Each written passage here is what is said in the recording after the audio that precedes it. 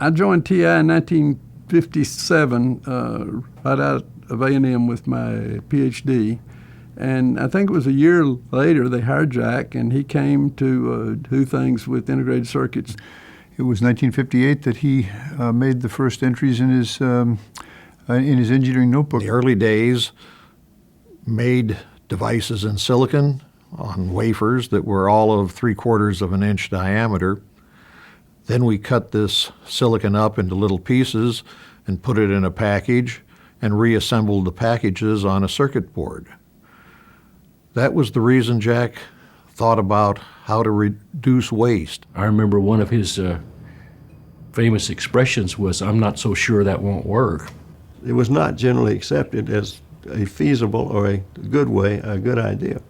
Acceptance of the integrated circuits was extremely poor in the early 60s. There were some very, very high-powered physicists who saying that this would never fly. We worked in our laboratory in the integrated circuits department. Why we never knew who would show up. The managers really didn't want to understand it. They just knew that we were constant trouble for them. He believed strongly that by building the integrated circuit all in silicon, that the rules that his adversaries were using that were developed for printed circuit boards and things of that sort didn't apply, and that you could get vastly improved reliability and performance by integrating everything into the same chip. And he had some very notable adversaries in that argument. People at Bell Labs were on the other side, and they couldn't really talk him out of his idea, and he stuck by his guns. Turned out he was right, and now everybody does it. So, I remember at one time at a conference, probably in 62 or 63 in Seattle, Jack and I were there, and I was giving a talk on the application and how wonderful it was going to be and all of that, and I was hooted off the stage. I'm quite sure that nobody knew how big a discovery it was, including Jack. And Jack is quoted as saying, we provided the entertainment for most of these conferences. But I don't think at that time that we had any idea how really important it was going to be in the future. I said, Jack, when you worked this chip out, what did you think? What did you think were going to be the implications? And you know what he said? He said, we thought it would make a few washing machines work a little better. He was a very strongly principled man. He had great integrity. He wanted us to make sure that we were meeting the customer's expectations, and he was just a very visible role model for work ethics.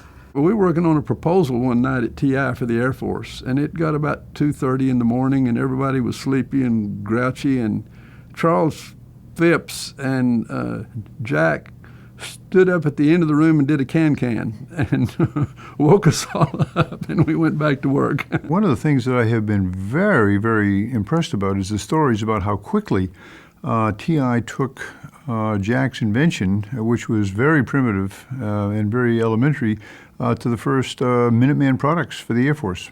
You know, we were building, and others were building fairly competent computers with integrated circuits by 1965. It's amazing how fast the technology advanced, and it just rolled over the objections. So now we're at September 1965. Jack asked us to build a calculator. There weren't any good keyboards, something cheap, simple, would work a million times. Integrated circuits of the day had maybe 20 transistors. A JK flip-flop had 20 transistors, and that was about the limit of complexity in 1965. If you made something more complex, it's less likely to work. In other words, the yield would go down, it would have more defects, and you would throw more of the product away. Here we were going to build something with perhaps thousands of transistors. We didn't know how many. They'd obviously have to be, we'd have to have a better way to do it so that we could get reliability with that. It'd have to be lower power than we had before. We couldn't run a calculator with an automobile battery. It had to have a little battery. And by the way, the batteries in 1965 weren't any good anyway. The display means we weren't sure about. LEDs. One of my friends was working on light-emitting diodes, but so far they were very hard to make, very expensive, and they only put out infrared light that you couldn't see, so that wasn't there yet. He was just doing his job as an engineer and did his job the best he could, and it turned out that he invented something to change the world. He always thought things could be done in 6 months. We couldn't take these in series. We had to do them in parallel. We had to have a little faith that everything was going to come out right. I've found over the years that that's a very important thing. He went on to invent the handheld calculator just to prove that the integrated circuit had some value.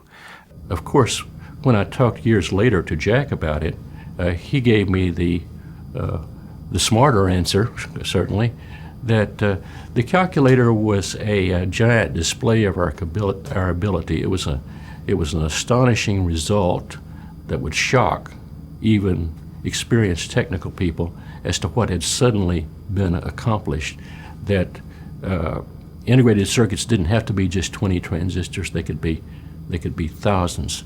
They could be low power. They could be in a handheld device. They could have great capability. They didn't have to be just for military projects. They were cheap enough to be for the consumer, and that this shock was going to greatly advance the state of electronics, which in fact it did. I was appalled the other day. I was checking out of some store somewhere, and they had little 4-function calculators on the key ring that were being sold for 99 cents.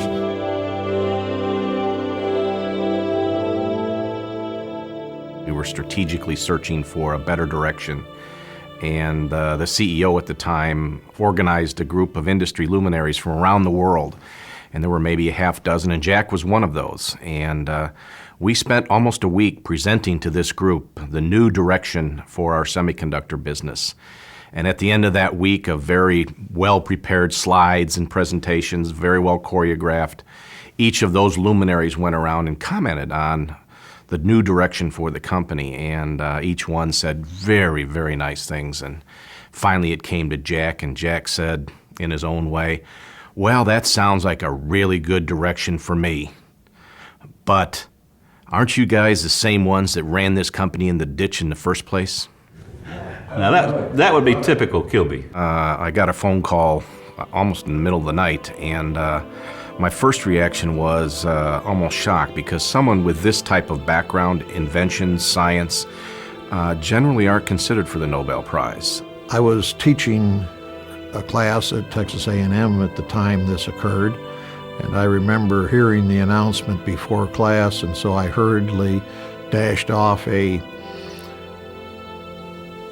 foil, a view graph that showed the class the first thing: Jack Kilby wins the Nobel Prize. First heard about it on the radio. And I thought that this was a, quote, special recognition of what Jack's work had done in changing the world. I was a little saddened, though, because I had another good friend who was involved in the development of microchip, Robert Noyce, one of my best friends. He'd been dead for 10 years at this time, so he wasn't eligible to share it with Jack. And Jack was a little bit saddened by that also. The Nobel Committee had a problem. They did not have a prize for engineering. What a sad situation it was, that the Swedes were 30 years late in awarding the prize for probably the single invention that has changed all of our lives more than anything else. I told him one day, "Jack, I never thought I'd know a Nobel Prize winner." And he said, "Well, you know, I didn't either." Well, Turner, I don't know. He said, I know Bob would have loved to have this if he'd been alive. I said, "Well, Jack, you deserve it." And before the day was very far along, we had a press conference out at TI, and a tremendous turnout from the local and national media was there. And Jack came in, and he was in his usual, absolutely unassuming and humble way. It was one of those aw shucks type things to Jack. It's funny because I think there were 40,000 TIers that were more excited than Jack on the surface. And I recall to this day, sitting at the press conference, someone asked him what did he first do when he heard about that he was elected or had won the Nobel Prize, and he said, I made coffee.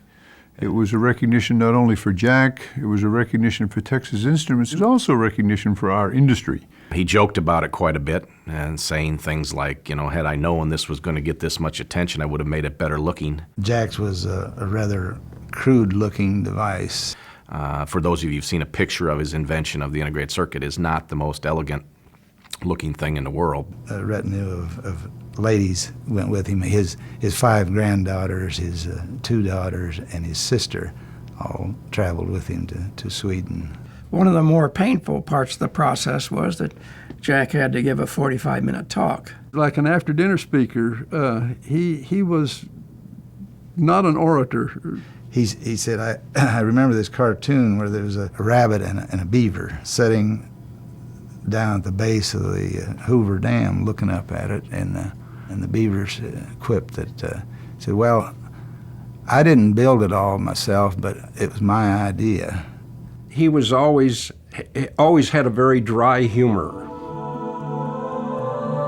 There was a slow decline for several years.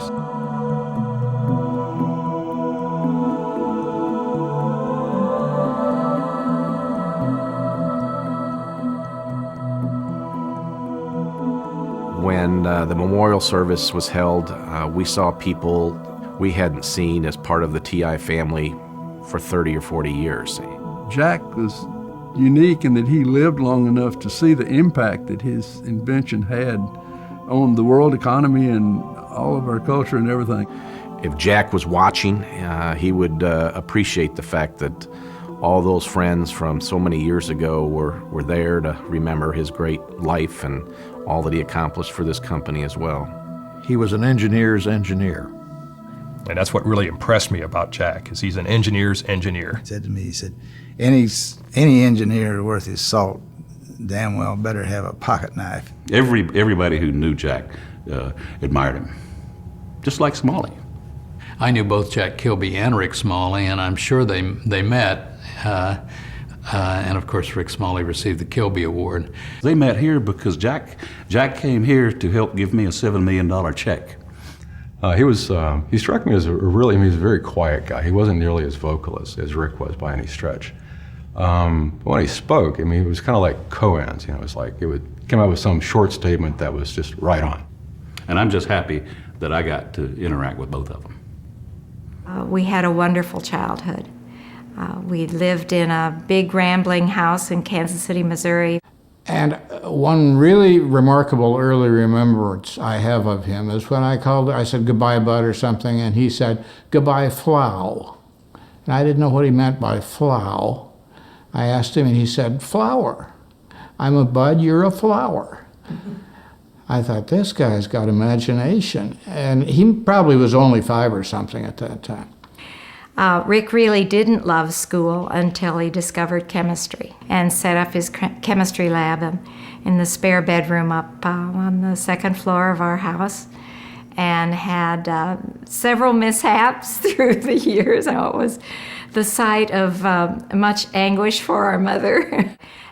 He would think about the beauty of chemistry, and all of a sudden he wrote out the whole periodic table on the rafters. Well, I don't know anything about his schooling at that time. I think we reattached when he discovered buckyball. And immediately wrote a paper about the carbon-60. The soot community was down on us terribly much. I've been working in soot, for decades, and here these people have never worked in soot come on. But after they did the one publication, and then the scientific furor that arose over the buckyball, a lot of people just didn't believe it.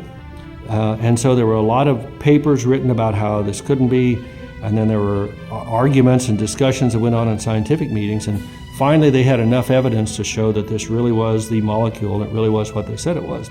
I don't know if Rick knew how big his discovery was really going to be. I think Rick knew how important it was.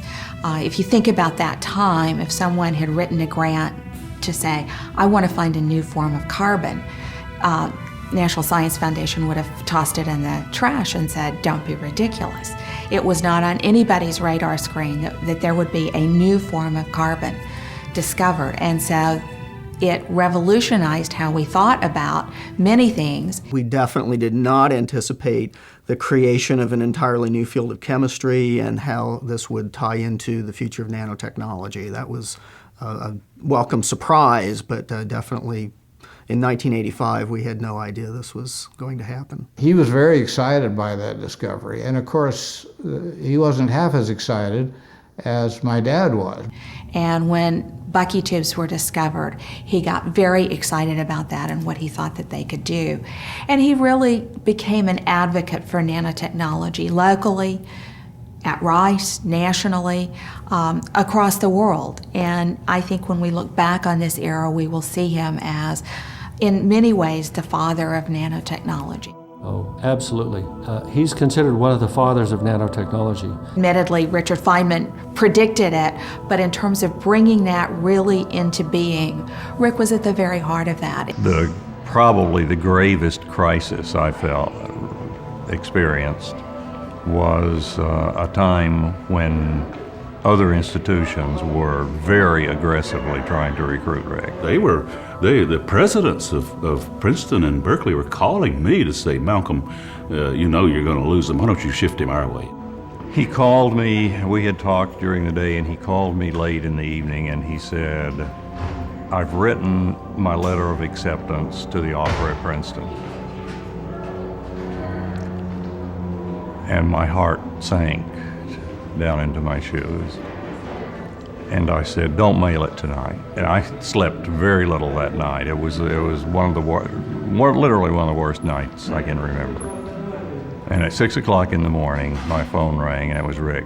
And he said, I've torn up the letter.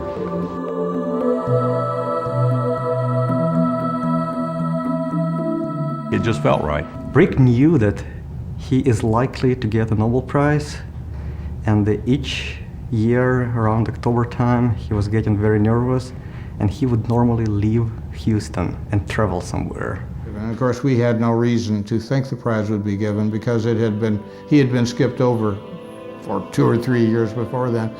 And I was doing my daily exercises, and the phone rang. I thought, darn it, whoever's calling at this hour is really going to get it. Picked up the phone and said, we won. I knew exactly what it meant. I got a phone call early in the morning, and it was from Rachel Miller, who works in the dean's office, and she said, you better get in here early today. Dr. Smalley has just won the Nobel Prize. I just woke up one morning and was watching CNN, and there he was on CNN and Bob Curl. The way I found out was that I got a phone call from someone who identified themselves as working for CBS News and saying, how did I feel about winning the Nobel Prize in chemistry? And I tried to listen very carefully for snickering in the background. Rick told me that at the time he won the Nobel Prize, he was out of town. He was with a group of physics students when he was interrupted. Someone came and said, there's a phone call for you. So he went back and took the call and came back in the room and told the students he was with, I just won the Nobel Prize in chemistry. And they said, oh, that's nice. And then they got back to work. Rick said had he won the Nobel Prize in physics, they may have taken more notice of it, but it was just chemistry. I went back in and said, I just got this phone call, and they said we won the Nobel Prize in chemistry. And my wife said something along the lines of, that's nice, dear. We settled down to a quiet breakfast, but that didn't last very long at all. The work basically stopped for a month, and that was really exciting. And it was one of those magic moments of celebration that don't come along often in life. I called Norman Hackerman. Norman, we won. What do you think of that? Norman, in his typical laconic way, said, I guess now we'll be as famous in Texas as we are in the United States. And when he came back to Rice, he was greeted by a fantastic celebration that really surprised him, and that's another thing about him. Why would it surprise him? There was a conga line that they did, and Dr. Curl in the conga line. So we did our celebration at the airport when we met him. It was a very chaotic day. First of all, I had a lot of baseball caps made up with Rick and Bob's name on them and the buckyball. And second, we immediately, I called the chair of the board and I said, I want to give him a $50,000 bonus right now. There was a celebration in the Grand Hall of the Rice Memorial Center, and the students, the faculty, everyone was there. The award was so deserved by these two fellows who had spent their entire careers at Rice. Rick's response to that Nobel Prize, I thought, was interesting because he considered it an opportunity to further science, and he used it. I don't think there has been as many Nobel laureates who have made use of their, I guess, call it fame, to try to advance their science so much. Okay, he was a missionary, a proselytizer for this field. And when he found out about something, he talked about it. He made sure that people got credit. He understood the future better than anybody else. In fact, he defined the future. And he was the most cited nanotechnology author in the world. Of course, the Nobel Prize gives you an opportunity to open a door to policymakers, members of Congress, presidents, vice presidents, and Rick took advantage of that. Probably one of the strongest proponents of the funding of nanotechnology research in the world. And when we asked him to come in and advise the president on this, he was primed and ready. He knew more than anybody else, and he was so articulate, effective in communicating, charismatic, I guess would be the word, that the sale was an easy one. Rick went through, as only Rick can, the properties of carbon nanotubes, and it actually just sounds too good to be true. He made some rather audacious statements about carbon nanotubes and how they were the best material that we would ever have available to us in the universe. And I thought, oh man, this guy is a snake oil salesman. How could he say something so arrogant? I thought, golly, this guy has got to be a total nutcase. And I was literally looking around the room, how do I get out of here gracefully without embarrassing either one of us? And crazy, it's obviously crazy, because who is he to think that he knows what the best material in the universe is? Well, Bill Joy published an article several years ago about nanotechnology and biotechnology and information technology and robotics. And basically it was a very anti-technology piece. The article that he had in Wired magazine was really inappropriate and didn't really key in on the key issues, and it had bothered Rick as well. Drexler at first defended that. And I think I had some of the same frustrations that Dr. Smalley had.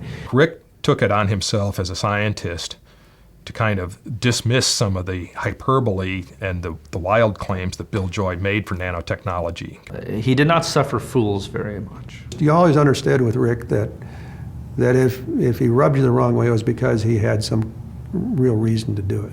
You know, there were some folks that he didn't take a liking to. Well, Drexler originally wrote a letter to a magazine, an open letter to Rick Smalley challenging him to the debate. You know, there were a lot of people who were, I think, jealous at times of his ability to really solve problems.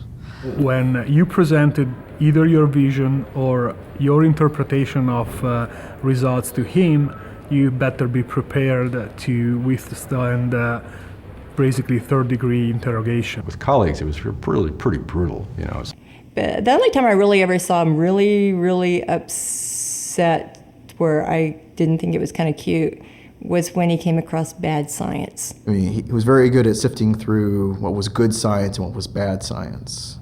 I mentioned to Eric at one point that getting in a pissing match with a Nobel laureate probably isn't a good strategy. He got into some great dialogue with a couple of our crusty old chemists that knew everything, in fact, and they talked about it for 15 or 20 minutes in this spirited discussion, almost an argument. And at the end, the naysayers were convinced. Drexler finally has come around to the point of view that, well, maybe that isn't quite as realistic as I thought. I was close to Rick for a long time, so I know some stories that I'll repeat and some that I won't. Because he was incredibly charming. He was obviously a very good-looking guy. Even at his age, he could just beat me up with that. And I could, he would be very good with women. And you don't usually see that with scientists. Scientists will generally, they'll try to figure out at what point do they shake your hand before they even talk to a girl. But Rick was actually a very possessed person. He had a great deal of drive. He and I had shared that kind of wild spirit. I'm sure that a lot of people have told you that, well, I don't think he had a life outside of the laboratory. Now, in reality, he did. I believed that if I walked into a room with Rick Smalley, he'd have the girl every time and I'd be sitting on the sideline because he was just smooth. Well, I've been to many parties at his house and seen him on social occasions, and I think that the word fun comes to mind. I loved, talking the talk, but we didn't walk the walk very much. But Rick was always looking for that perfect love. He just wanted to find that special someone that we talked about that's so important in life, and he found it in Debbie. When he found Debbie, it was a very different guy. I think that there was a lot of stability in his life, and we were doing amazing research on how to cure cancer, how to treat cancer. And that's the ironic side of it all. He was working, and we developed this brand new technique, and at the same time, he was fighting his own battle.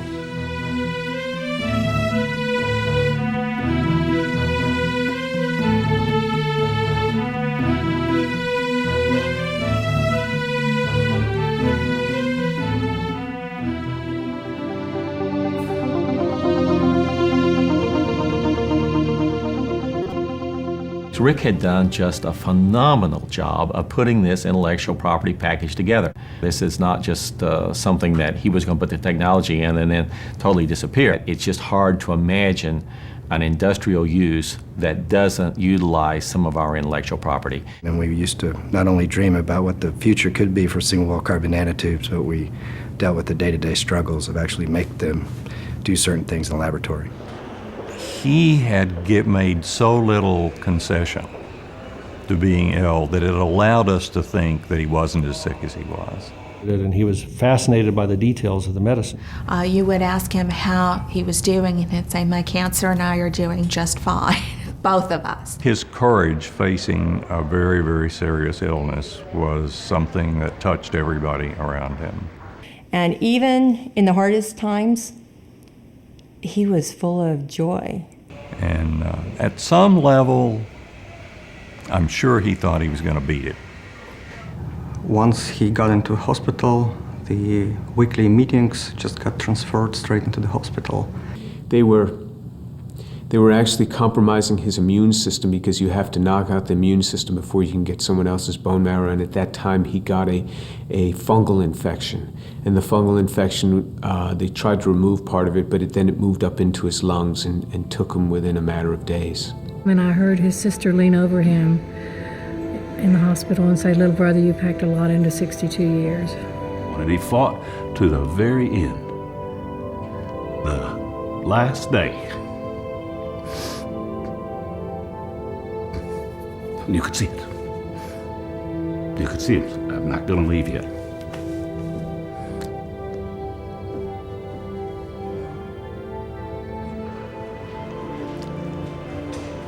When he finally died, it was an absolute shock, and I think not just for me, but for everybody.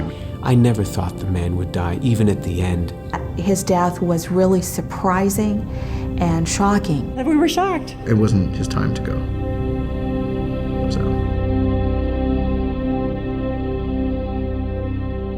He said he did his best science in his last months.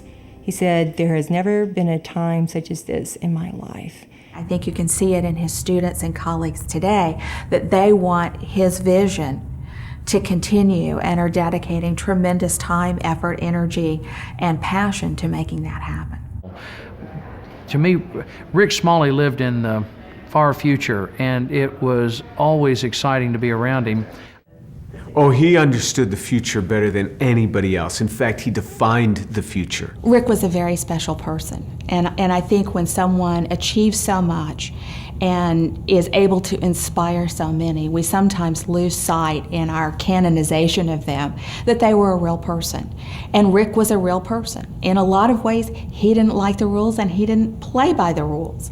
Some of that enabled him to do what he did, and some of it got in his way.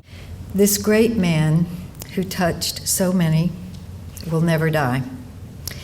When a soldier's life is saved because better, stronger, lighter armor is on him, when a lighter, stronger airplane flies in the sky, or when a smart particle in the bloodstream detects a disease, Richard Smalley's spirit lives on. Looking ahead, he really was a visionary. Be real tomorrow, 'cause you